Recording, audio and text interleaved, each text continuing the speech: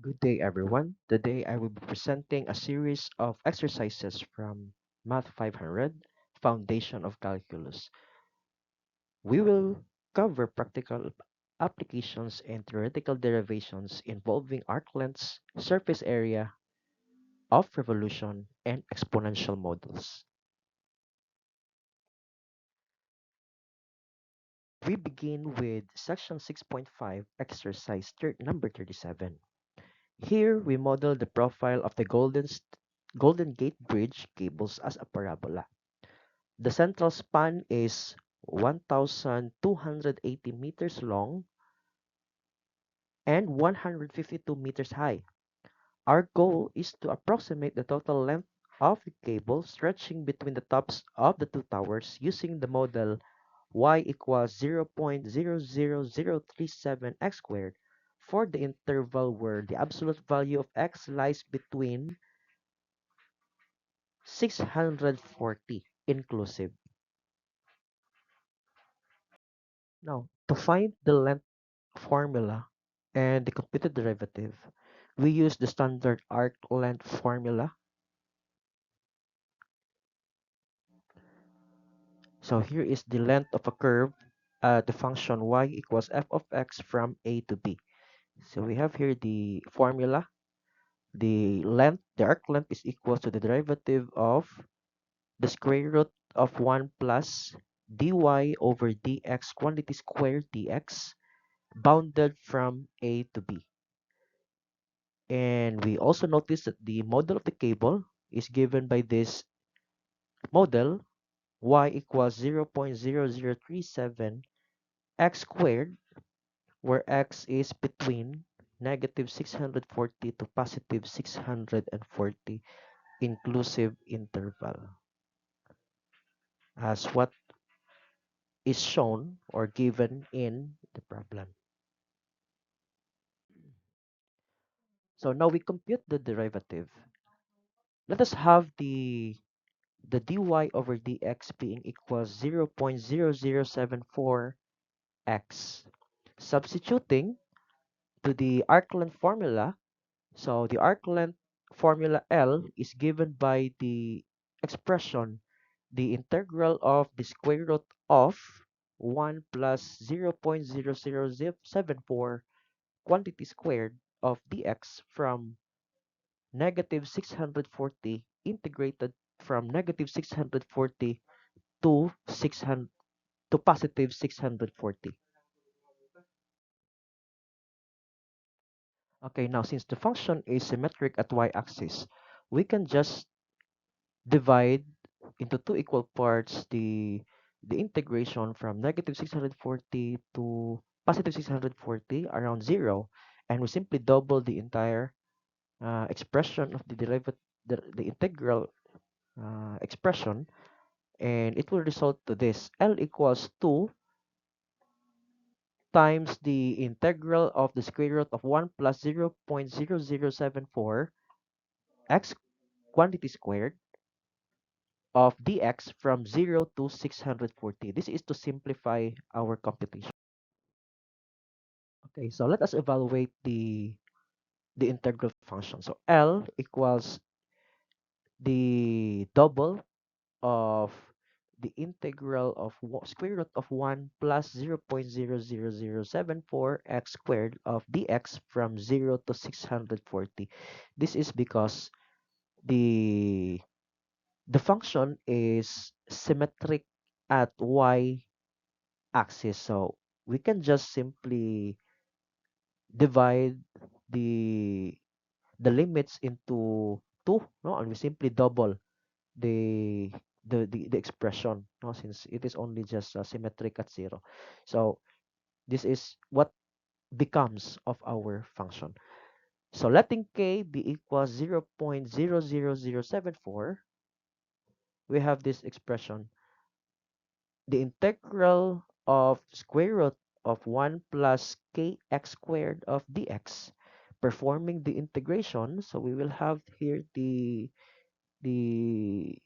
direct result being two terms, no? So we can observe we have two terms here. So we have the first term being x over 2 times square root of 1 plus kx squared plus 1 over 2k times the inverse hyperbolic sine of kx.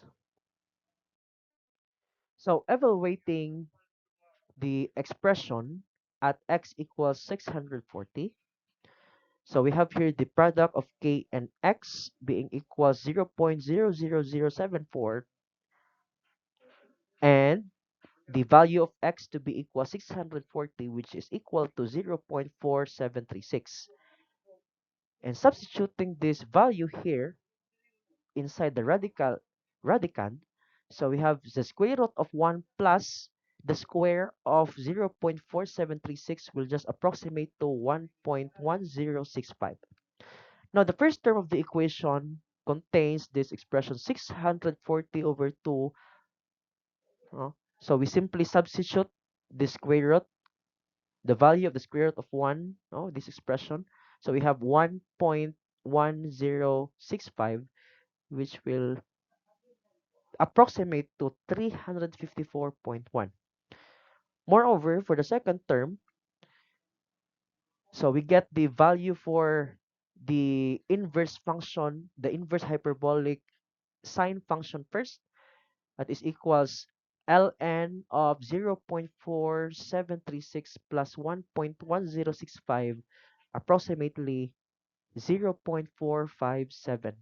So the second term will give us 0.457 over 2 times 0.00074, which will approximate to 308.8. So the function f of 640, evaluating the function at x equals 640, is approximately equals 354.1 plus 308.8, which is equal to 662.9.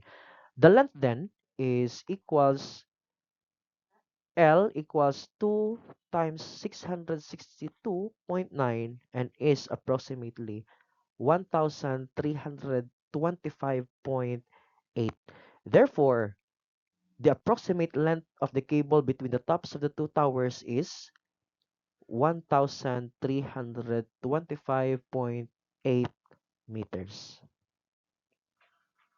Okay, next we move on to the section 6.6, exercise 9.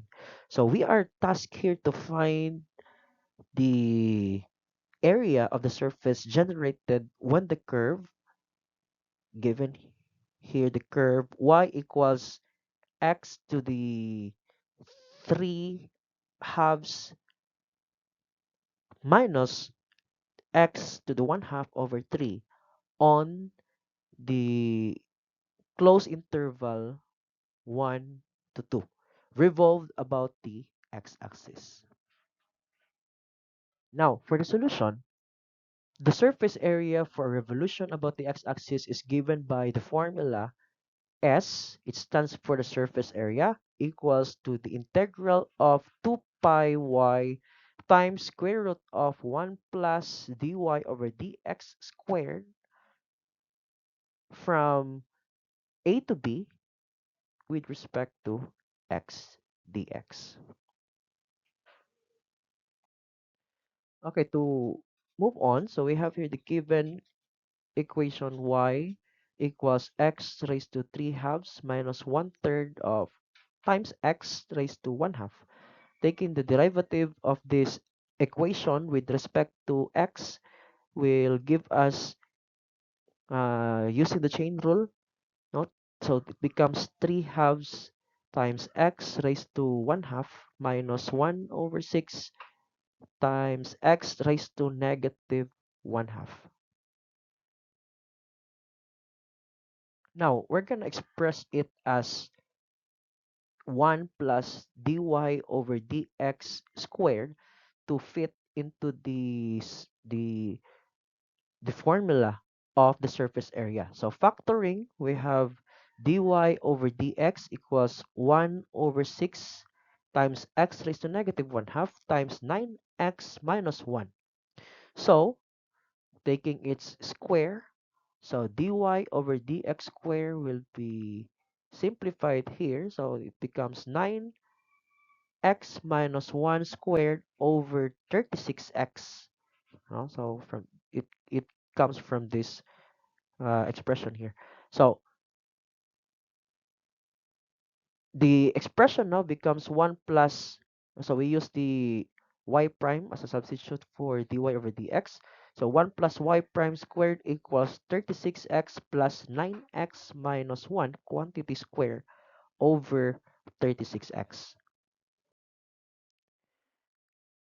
So expanding, we have here the 9x minus 1 quantity squared becomes the expanded form.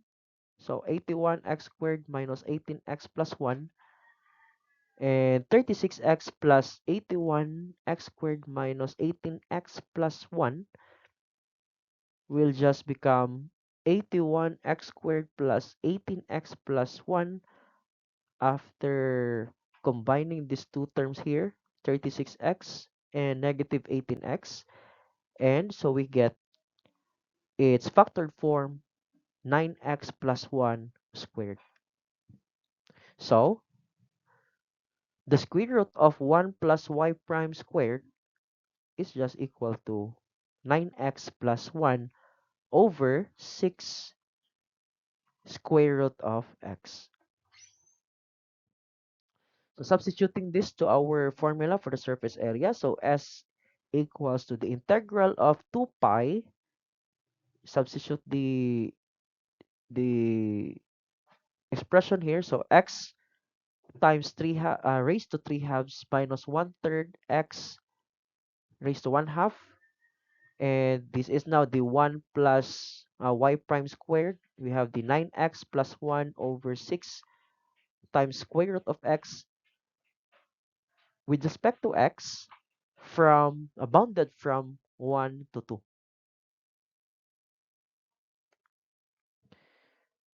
So furthermore, so we have here we let the x raised to 3 halves over the square root of x, we let it as x, and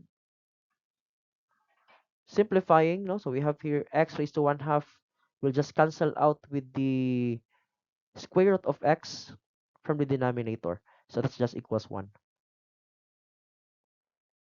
So we have here the result. So we get s equals the integral of 2 pi multiplied by the product of x minus 1/3 and 9x plus 1 over 6 dx bounded from 1 to 2.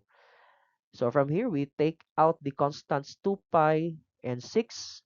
So we have here the reduced form being pi over 3 times the integral of the product of x minus 1/3 and 9x plus 1 with respect to x bounded from 1 to 2. So we evaluate, we perform the integration. So we have here the result. So pi over 3 after the after integrating, so we get here the expression 3x cubed minus x squared minus x over 3 bounded from 1 to 2.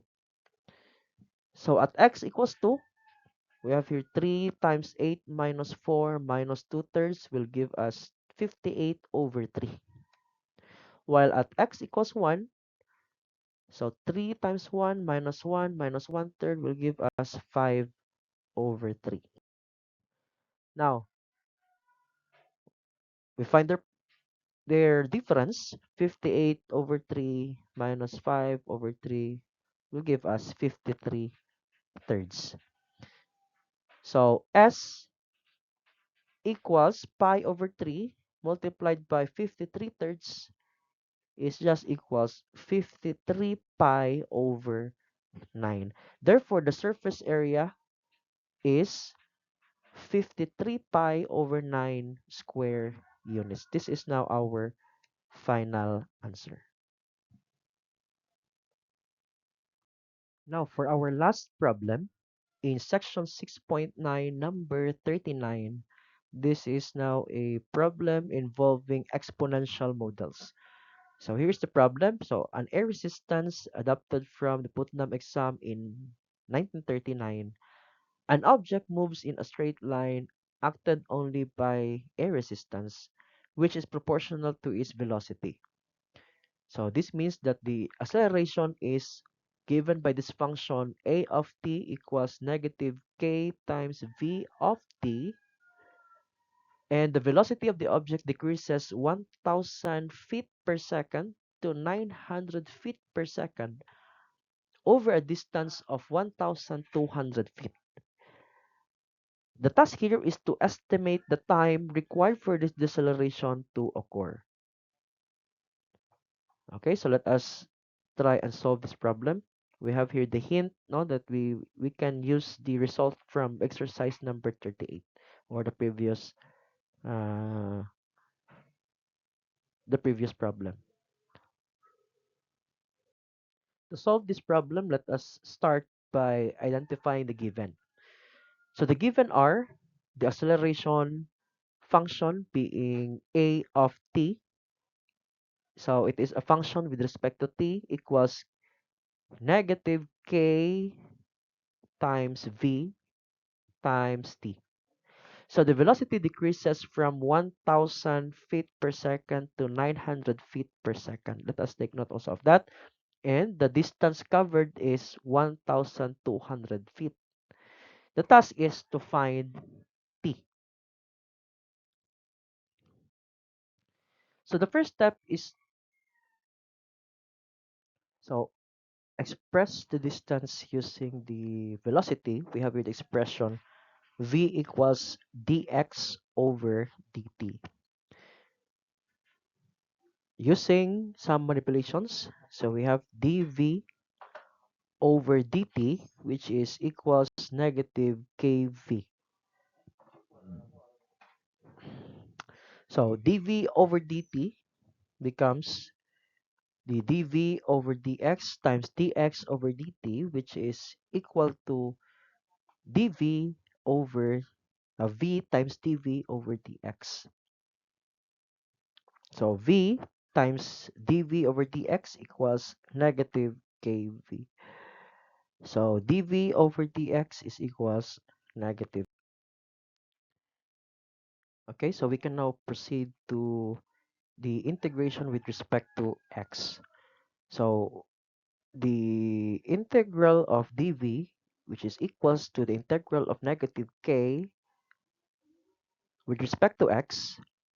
So given v is equal to negative, so it becomes v equals negative kx plus the constant c. So finding k, we have at x equals 0 and at v equals 1000. So 1000 is the constant c here.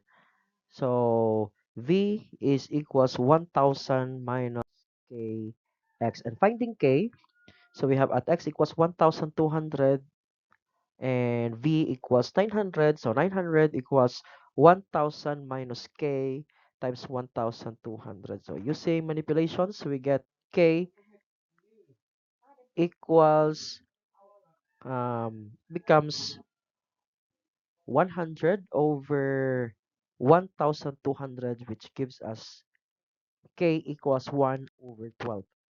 So finding the time t, we get d over v over dt equals negative kv. So dv over v is equal to negative 1 over 12 of dt.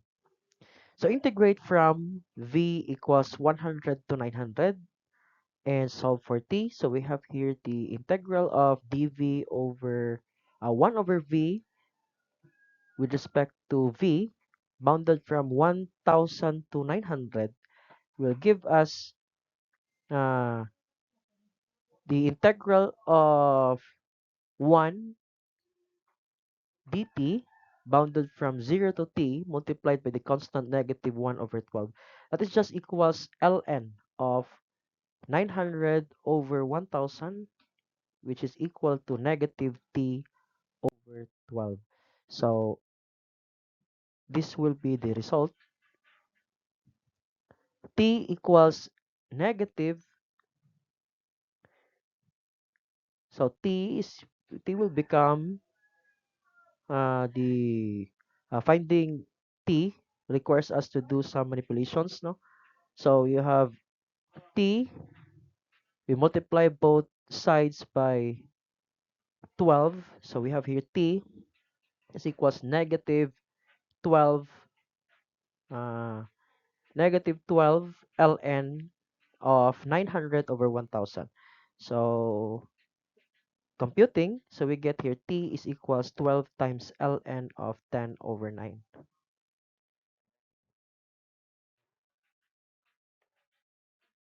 So as a result, since ln of 10 over 9 is approximately equals 0.10536, the time we're looking for is approximated at 1.26.